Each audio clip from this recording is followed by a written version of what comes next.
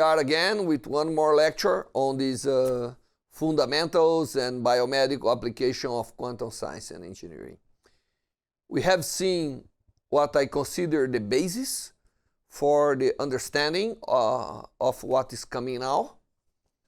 And today we should start to ask the question, how science and scientists really start to see, to observe that something new should come up to explain what nature was showing to us. So the things we're going to start today is show to you how the quantum concepts really came about. How they start, what were they looking for when they discovered that nature is quantum?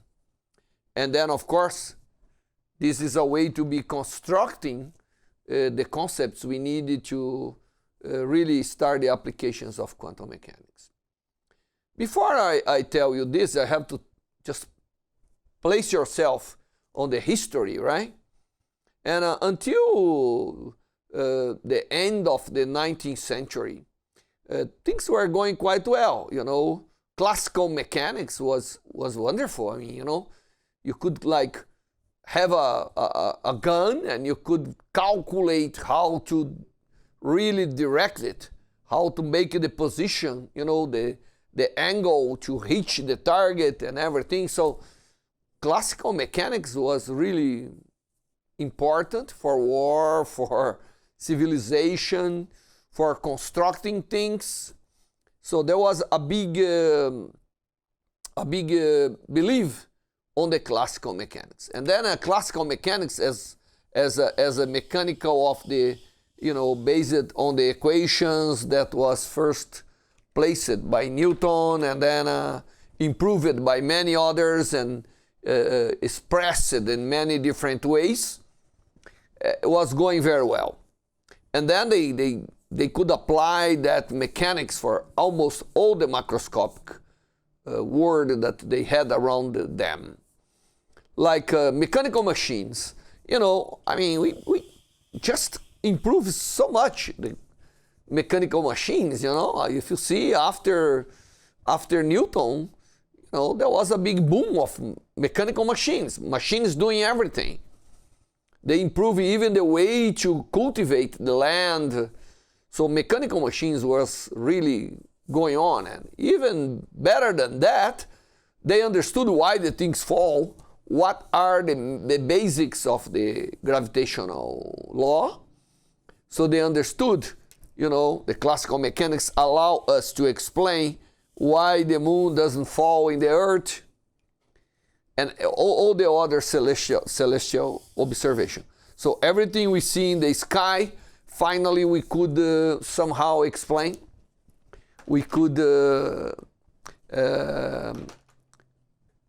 use the laws. We could start from first principles and construct all that motion of the stars, of everything we see. And that was a big belief. So classical mechanics was really strong.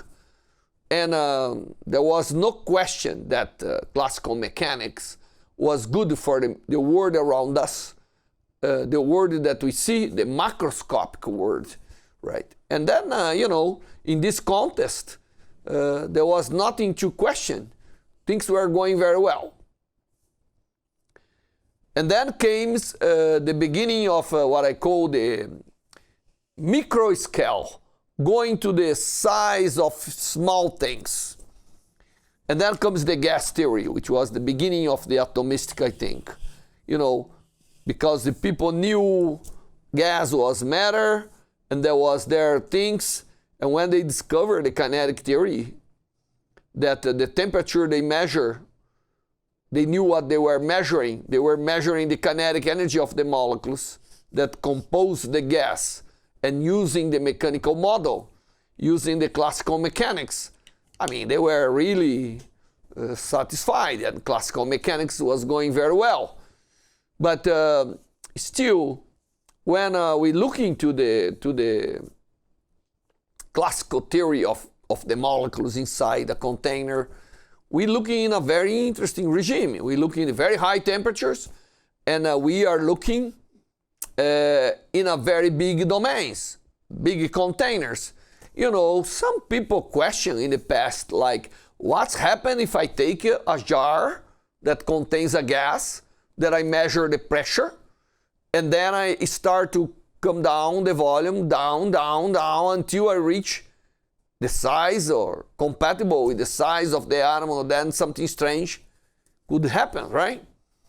Yeah, and in fact, when you go to the size of the atom, things are different. And even more different when you go inside the atom. And that's where this is coming. You know, we learn to do so many things, to build so many wonderful machines, to electricity and magnetism evolve so much that we found ourselves as science that we could investigate the atom. And then we changed the scale.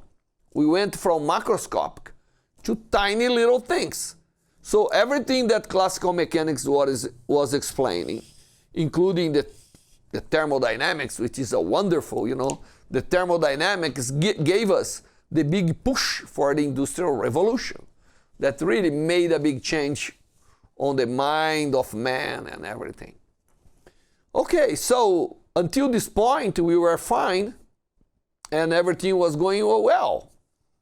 But suddenly here we go, and with classical mechanics and with classical electricity and magnetism, we create tools, we create ways to really go inside the atom, to see what the atom is made of and how that was arranged. And then, you know, we learned that everything was composed with this kind of atom. First of all, we discovered that it had a charge positive and negative, and then they should discover how that was arranged together.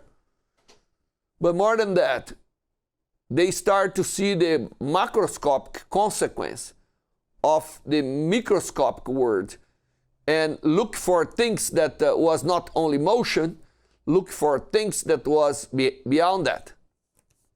And then they begin the exploration of the small scale. And you're gonna understand in this course why the small scale is the one that reveals, put to us very clear the breakdown of the classical mechanics and the necessity of the quantum concepts. Then when they did that, it came a series of discoveries, you know, many discoveries that allow man to really observe things that classical mechanics could not be used to explain things. And then when quantum mechanics start, when they decided that, look, it's not everything that I can do with the Newton's law of mechanics. I need something else. I need to create new concepts. Something is not involved in the classical mechanics. It should be. Of course, I mean, we never create a theory to destroy what was before and was well explained. So classical mechanics, it turns to be an approximation of relativistic mechanics, and also in some sense, approximation of the classical mechanics. Okay, the first thing we should look is the famous Planck's hypothesis. And this is what we're going to do now, because this is when things start to be strange and demand things to be renewed. Planck was a German scientist, and he studied many things. And one of the things he studied was what they call the radiation from the bodies, the heated bodies. When you heat up a piece of matter, a stone or a piece of steel, or even a wood, you know that as you warm up, that thing starts to emit radiation. Sometimes they emit radiation that you don't see very well because it's in a range of frequency that you don't see well, but suddenly start to see. you start to see the iron when you put in the fire to become a little red, deep red, and then became even more yellow, and that bloom up. You know, you see that that light coming out very strongly. And people wonder, what's the origin of this? What's the origin? Where this light comes from? Where this radiation comes from when we heat up? Because the thermodynamic has established that heating is just mechanical motion, right? That was the kinetic energy, kinetic theory of the gases and everything, a basis of thermodynamics. They knew how to use heat and mechanical motion together, the concept of work, making the machines, the thermal machines and everything.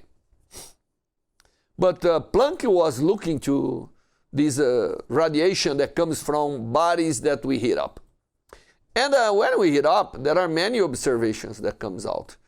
You know, as I told you, if you heat very little, you cannot see, means that whatever radiation is being emitted, it is out of the visible range. But when you start to warm up more and more and more, that became more clear. And as you know, even today we use it to heat up a filament to produce light, right? This is the incandescent lamp. Okay, and they call that blackbody radiation. And people think that a body that blackbody radiation, well, if the body is black, how it emits radiation. Normally we call this blackbody radiation because it is not the light that is being reflected from the environment that we worry about. We only worry about the light that's produced by the body due to their temperature. So it is a emitter of radiation, not a reflector or anything. That's what they call black body. And even a black body, at some temperature, emits radiation. It does not reflect. So there is no reflection from lights outside. Everything that we're going to discuss is the light that's contained in the body, somehow produced there by this thermal motion, by this thermal equilibration of the things with the atomic composition of the body. Okay, so this was something that was a big challenge. You know, the big challenge was bodies that are heated, they emit radiation. And this emission of radiation, which we know is electromagnetic nature, this was known already, needs to be understood. You know, people need to know where it comes from and why we have the observation that we have, why the color is changing depending on temperature and everything. As you know, let me only recall to you that electromagnetic radiation is everything we saw on waves, but now waves of what? Before we saw a lot of mechanical waves, which is good. It's the same concept. But here, we are not talking about density in the water or anything. We are talking about E and B field that oscillates. And when E and B field oscillates, that propagates. That was a big discovery of Maxwell. And this is what we call the light, or the electromagnetic radiation. And this wave propagates in space and time, as we saw for the mechanical waves in the review of waves that we did before we start. And but in this case is a very interesting case because electromagnetic radiation propagates in vacuum always with the same velocity, right? C, that's a fundamental constant today of nature, is the propagation of the light or any electromagnetic radiation through vacuum. And as we saw in waves, these electromagnetic waves has a wavelength, which is the spatial repetition of the oscillations, and has also a frequency, which is the time repetition rate of the oscillations. But it's made of electricity and magnetism.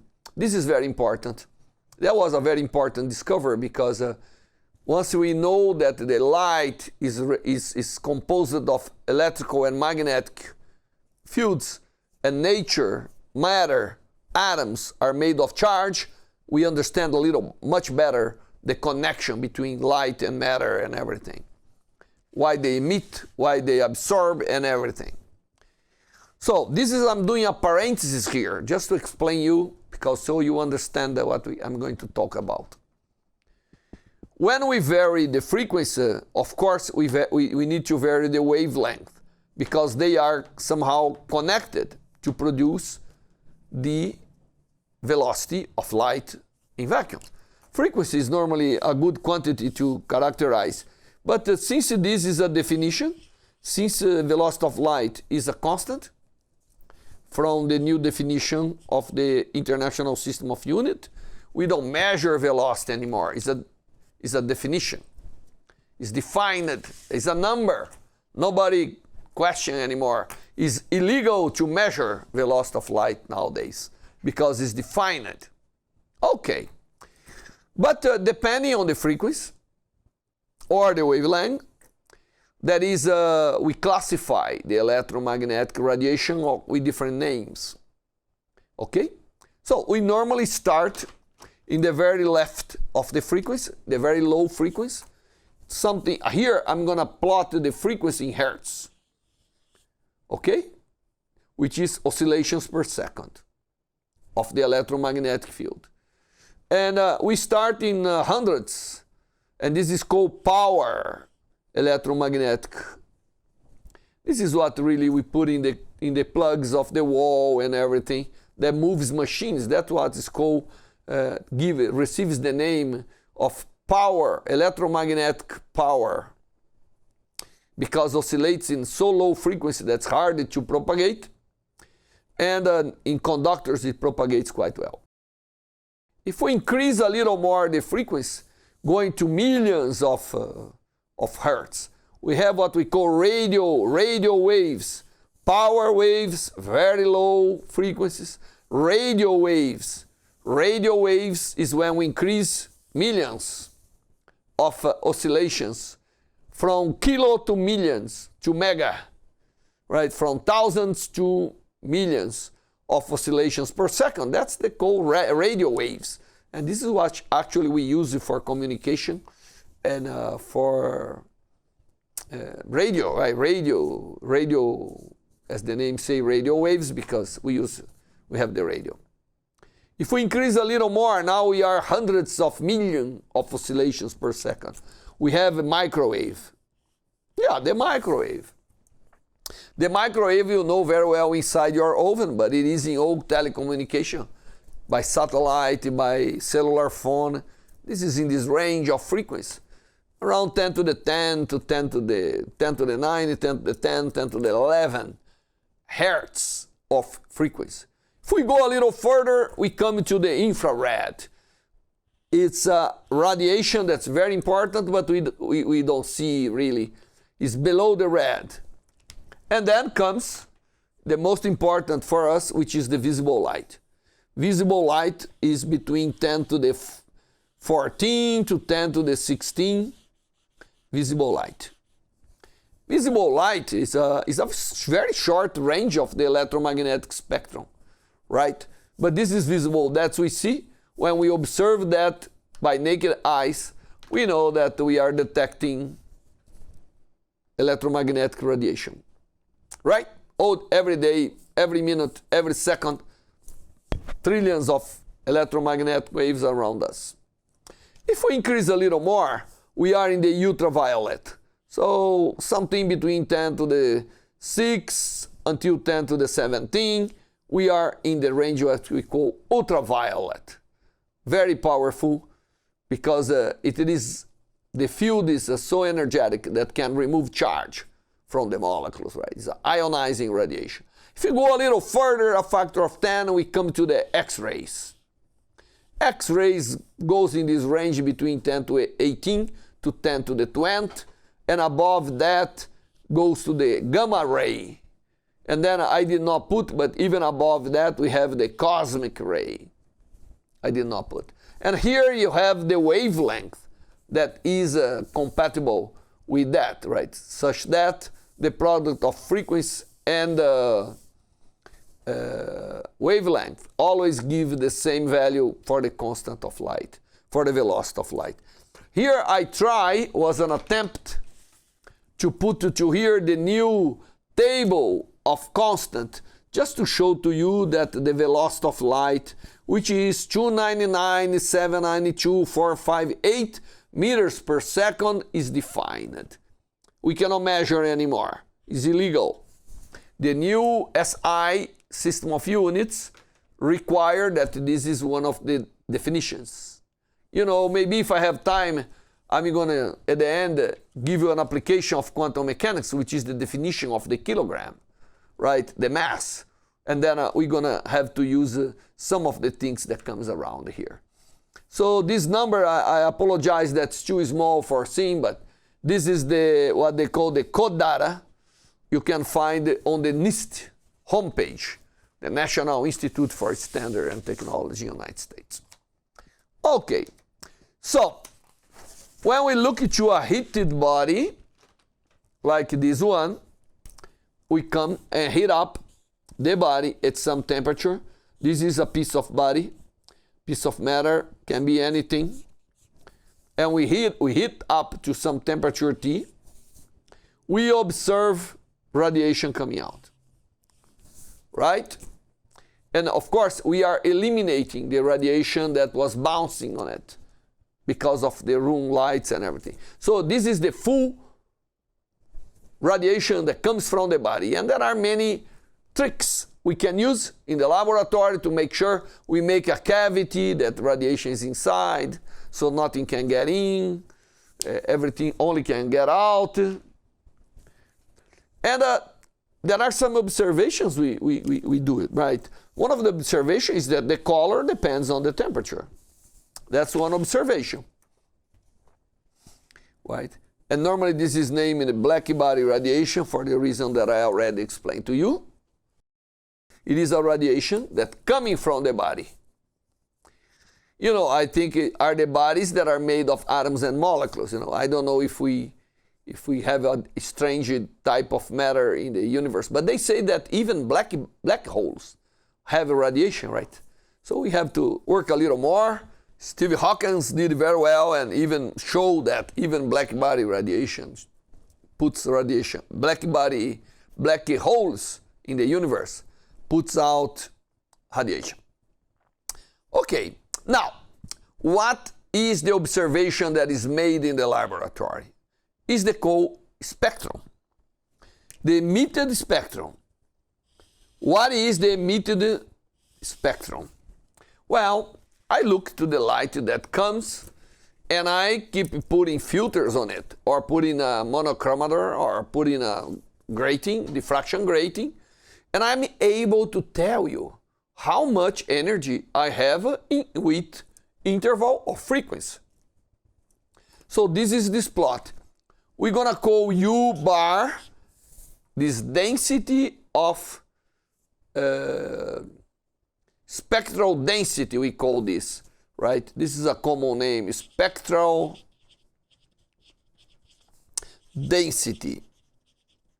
And we call it spectral density because it's density of energy per unit of wavelength. It's density in the frequency space, I'm sorry. It could be here wavelength that will not make any problem. But normally we like to, I chose to put in terms of frequency, right? And then for a black body in some temperature T, we observe this. We observed that there was a well-behaved density, spectral density, or there was a characteristic spectrum coming out. And then if I analyze here in one narrow region of frequencies, this quantity here, U bar D ni, which is D is because a small interval of frequency, this is energy within this range. nu and nu plus d nu of frequency. So that's why it's called spectral density. The unit of U bar is energy per unit of frequency. So everything is per unit of something we can call density, right? And this is called spectral density, as I told you, and is very, very, very much used concept in optics and in producing of light or even analysis of many things. Now, suppose I heat up the body a little more. So I am in some temperature and you come and you heat up the body. When you heat up the body, we observe a displacement. We observe that it goes to higher frequency. That's why when you're heating up, right, this is T2 now. When you're heating up a body, you see goes from red to yellow to blue because the spectrum is displacing.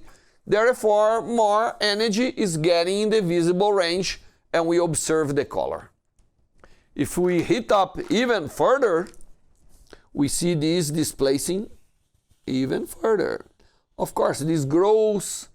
Now, this is a 30 temperature hotter, and I'm not really worrying about the relative amplitude of the spectral density. But of course, if you heat more energy comes out. Okay, so this is something that people could not understand very well, but they could measure, right? They could put a thermocouple or a detector, and they could measure the total energy coming out. When they measure the total energy comes out, is the integral of the spectral density. So if I sum all the plot under this curve, so if I make the integral here, which means calculate all the energy that's being carried by this radiation, I go from 0 to infinite. There is no negative frequency. When I do that, I do that in the laboratory, in fact. I found that this is proportional to the temperature of the body to the fourth power. That's a very famous law, that when you heat up bodies, any object, they put out energy as radiation, electromagnetic radiation. And the amount they put, the flux they put, goes with the fourth power of the temperature. And that makes a big difference when you double the temperature, because this goes to the fourth power. This goes 16 times more when you double the temperature of a body. And this law is very important. It's called Stephen-Boltzmann law for the radiation of the bodies. If you calculate energy flux, you all know that flux is always velocity times density, right? We all know that. So if I calculate the energy flux, which means how much energy per unit of area I have, I take the density. By the way, this density is also per cubic, is a density in per frequency, but also in real space. Okay? U is a energy density per unit of volume and per unit of frequency, such that when I do the integration, I have the total energy per unit of volume that is being putting out on the surrounding of a heated body. And the energy flux, this is something we learned from basic physics, is the product of the density, which is per unit of volume, times the velocity. This will give us energy per square, per area, per time, which is called flux. Right? Okay, well, the density here is of electromagnetic radiation, and the electromagnetic radiation goes around propagates with velocity c. That's why this product is important. And this, of course, this is a constant. And this, when we go here, this when we produce this, we get that the flux of energy is a constant that's called Stephen-Boltzmann constant, which is also considered a fundamental constant of nature now, times the T to the 4. This T to the 4 is an important law for the bodies that are rated. Right? Very good. And then, okay, how can we understand this spectrum? How can we take in account the basic laws of heat, put in the matter that's made of atoms and molecules, and comes out this light? People are worried about that. This was the challenge. How can we calculate such a spectrum using the principles of classical mechanics we have? And of course, you can guess that they were unable to do that. There was a challenge that could not be done. This was a challenge of the end of the 19th century, beginning of the 20th. Explain this spectrum based on what you had, based on classical mechanics. Well, everybody knew that we had there inside, in the body, we had atoms, charges, and everything. You know, charge could emit radiation, and there was an equilibrium between charge and the radiation. When I warm up, well, that could emit and be in equilibrium. Maybe that will give the right characteristic for the emission. Okay, then people start to consider how they could apply the theory to come out with this idea. And then Rayleigh and Jeans, two very important scientists on this contest, change the color, right? They said the following: well, let's imagine we have the body and we have the electromagnetic radiation there. You know, we cannot really, oh, by the way, all these things I'm telling you is independent of the body. You can do that with wood, you can do that with stone, you can do that with concrete, you can do that with steel, you can do that with anything you want. The characteristic of the radiation is the same. The spectrum only depends on temperature. So does not depend on the composition. It's something more than the composition of the body. Right? So anybody you take and heat up, you cannot identify if it is one or the other because they emit equally. They always emit the same spectrum. This is universal. Okay. So Rayleigh and Jeans, two scientists, Rayleigh is the Rayleigh scattering guy, they said the following: well, the whole thing here is electromagnetic radiation. So let's imagine how electromagnetic radiation can be composed in this object. And then this is the equilibrium, and we can find out what comes out. They knew that what they call the principle of equipartition of energy that was already being determined when they elaborate the concept of the kinetic principle for the temperature and everything. So they say, well, let's look, as you see, when I have a cavity, let's look the body as a cavity, more or less. You know, I'm giving just concepts, you know. There are many ways of doing this in a very good way, and you can find this in many texts. When we go there, you know that there are different waves of the radiation that you can put in there. Those are called the modes of the radiation that are contained. So imagine the body like a cavity. Then there are only a few waves I can put on it. So it's not infinite. Therefore, I can say, well, for each of those waves, maybe I could attribute kT of energy, which is the equipartition energy theorem. You give a half of kT for any of those harmonics degrees of freedom in energy. And then Rayleigh and Jeans could actually come with some expression.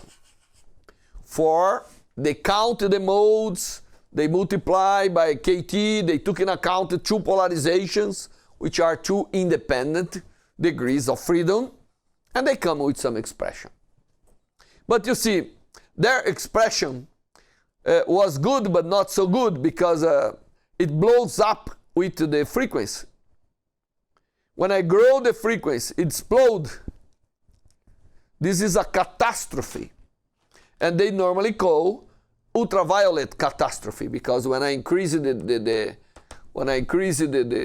frequency, I start to have quantities of density of energy coming out. I start to have quantities of energy coming out that are huge. Could not explain. And then another guy came around, Wien, another guy, and he said, well, the gas must be like kind of a gas coming out. So if we apply what we know about Maxwell-Boltzmann distribution for the gas, and I explain Maxwell-Boltzmann distribution, which is particles we have different energy when they come out. If you heat up water and the vapor comes out, you know, particles will come with different velocities, of course. And what's the velocity distribution? It's the Maxwell-Boltzmann distribution. So he said, well, let me apply this to this.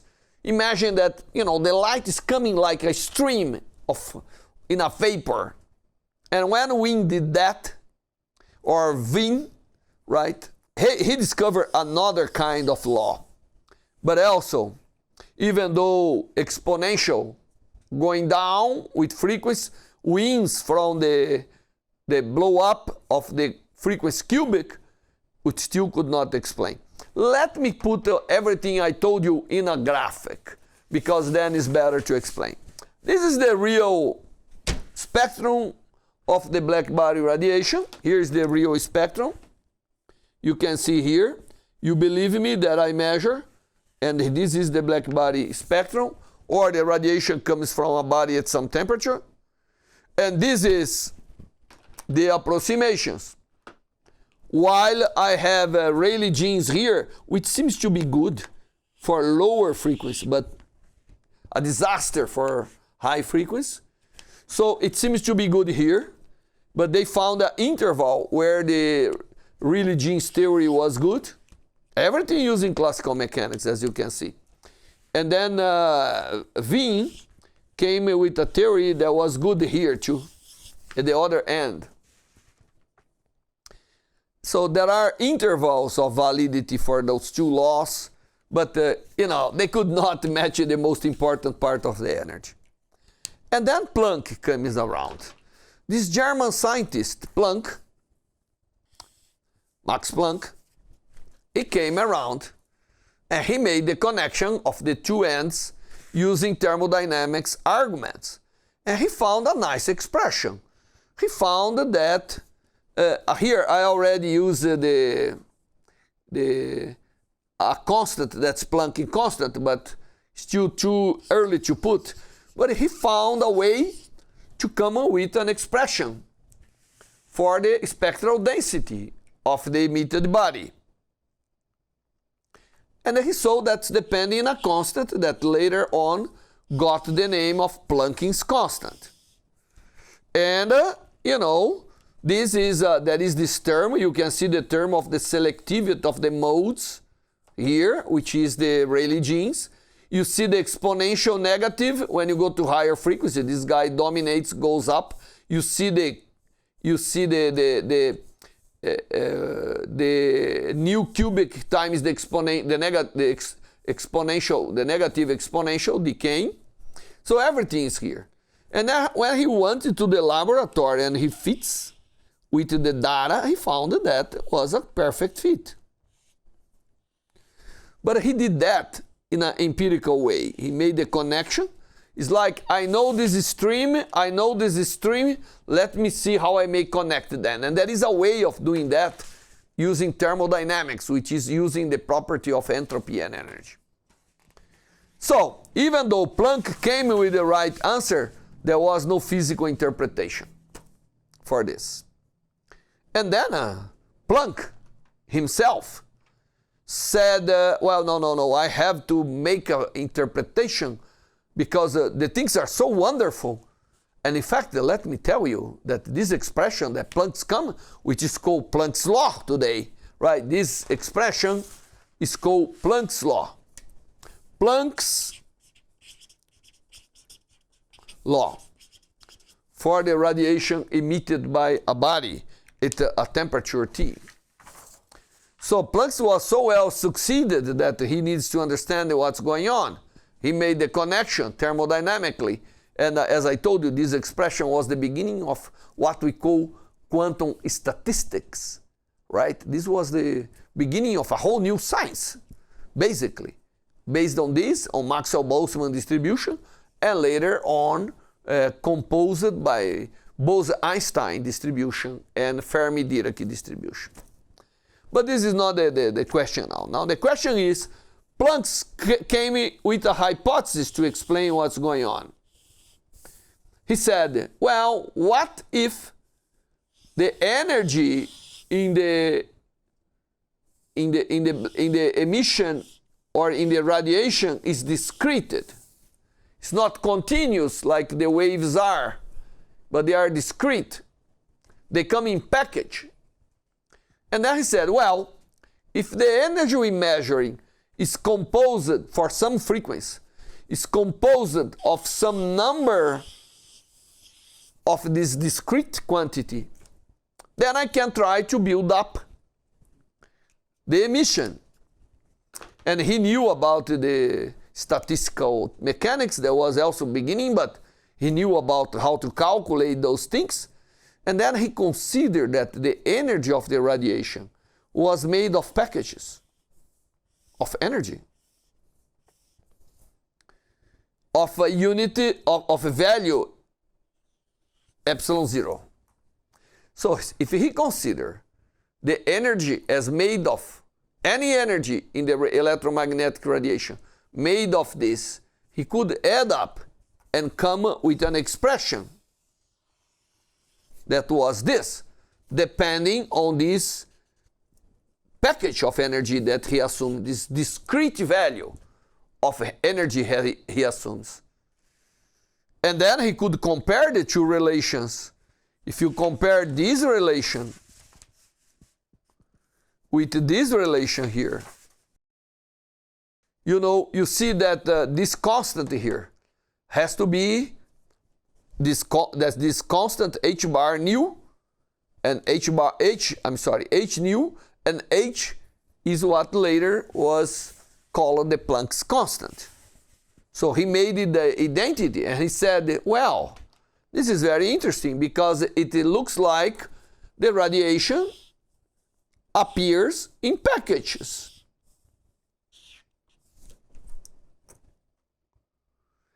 So there is no way of breaking down those tiny little packets of energy. They come. If you have a radiation in some energy, they are a finite number of this package of energy. Cannot have half of it.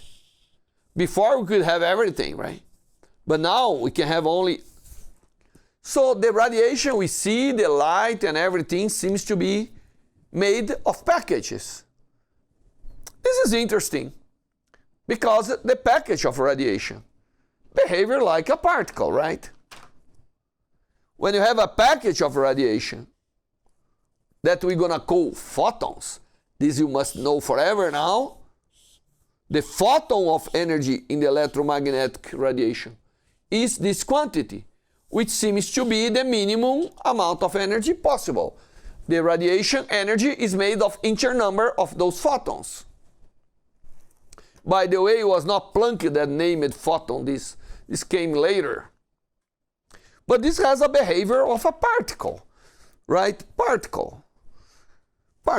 So, because if I have things that propagates with the velocity of light, having a package, being a package like this, and this is what we're dealing here, this is like a particle. So Planck discovered that the radiation that normally is a wave occupying all the space, propagating, going everywhere, actually is made of packages.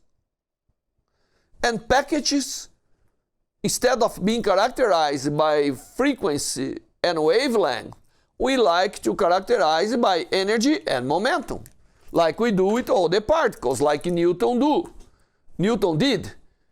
So you see, this side here is what we have that characterize waves. And I'm going to put here. What characterizes wave is frequency and wavelength, which is the repetition in time and repetition in space. On the other side, if things are particle, we like to say what is the energy of this particle and what is the momentum of this particle.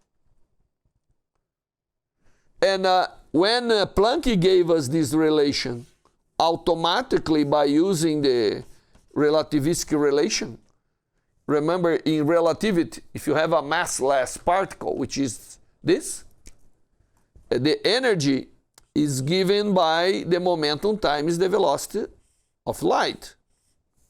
The total expression of energy is that the energy square is equal to p square c square plus m0 square c to the 4. That's the full relativistic expression of energy, but there is no rest mass. There is no m0 here. Light has no mass, only energy, but has momentum. But this allows us to calculate the momentum. So, you see, what Planck was showing to us is that a very interesting relation, that things that has wavelength and frequency, which is normally the electromagnetic radiation, will behave like particle. Because now we can speak about the momentum. We're going to speak in the next lecture the proof of the momentum of the photon and the proof of the package of energy of the photon. Right? And then he could explain. So, the spectrum of a body that's heated up in your oven, when you look inside your oven today, you know, electrical oven, and you see the resistance of the oven, like reddish putting radiation out, you are proving quantum mechanics. Because when you go to observe there, this equilibration between, or this equilibrium between the radiation and the matter, and the atoms and molecules, demands that the radiation be quantized.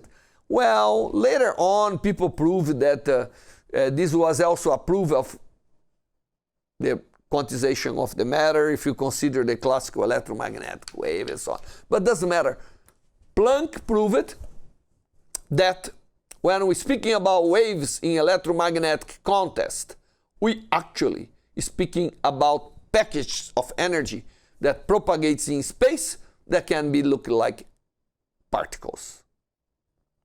And those relations that I just wrote to you, and I highlight very much, I keep highlighting this. This is the beginning. This is the beginning because de Broglie will come and make will have courage enough to make a generalization of this. Okay, so to finish this first lecture on the beginning of the quantum mechanics, you know what we have is light that traditionally is wave and is characterized by nu and lambda, frequency and wavelength. It actually has the behavior of particle. It's like a particle. Particle with energy E and with the momentum P. And everything depends on the Planck's constant, this H constant, that today is by definition, I took the best value, which is in that table that I just showed to you. Planck constant is also a definition today. It's defined value. Don't bother about measure anymore. It's defined. It is very small, this constant. Look, it's 10 to the minus 34 joules per hertz. That's why in the normal life we don't see this, because it's tiny. You have to have a very good way of looking to this. And of course you're going to say, but if Planck is proving that light is also particle, how we explain the interference and everything? We're going to explain for you later. But the message to take home is this. To explain the most fundamental thing is a body emitting radiation the radiation has to be in package. That's what we call quantization of radiation. The radiation actually is quantized in packages of energy. That's one of the important principles of quantum mechanics, is that the most part of the quantities will be quantized, will be discreted, like the one we're observing. I have to make an observation here that Newton, many years before, centuries before, had imagined the light made of particles, because particles that was the concept that Newton knew how to deal with. He knew how to deal with those things. And then he used that, right? But then the ondulatory behavior of light was so strong, people proved that light was waves and did not let any room for the concepts of particles. Okay, and then the concepts of using light as a wave was strong and persist. And even today we use that very well. But deep inside, the light is actually quantized. And everything we explain with the wave, we're going to be able to explain with the particles too, introducing new concepts, right? Okay. The nature of the electromagnetic, the wave nature of light was already from Newton's age. You know, many scientists demonstrate that by interference, by diffraction and everything. But Maxwell really made the close of this by considering the basic laws of electricity and magnetism, and discovered that light was waves of electricity and magnetism, right? And there was experimentally proof of that as well. Okay, so you see, we are starting to get to the point where to explain things we observe, we need to come with new concepts. Planck was brave enough to say, no, radiation is made of these packages and called photons, and they carry integer number of h nu, or sometimes we're going to see that's h bar omega. So we use omega, which is the angular frequency, and then divide and multiply, and h divided by 2 pi we call h bar. Okay, well, there are more proofs on this. Einstein, Compton, they proved this, but this we're going to see in the next lecture. Bye-bye.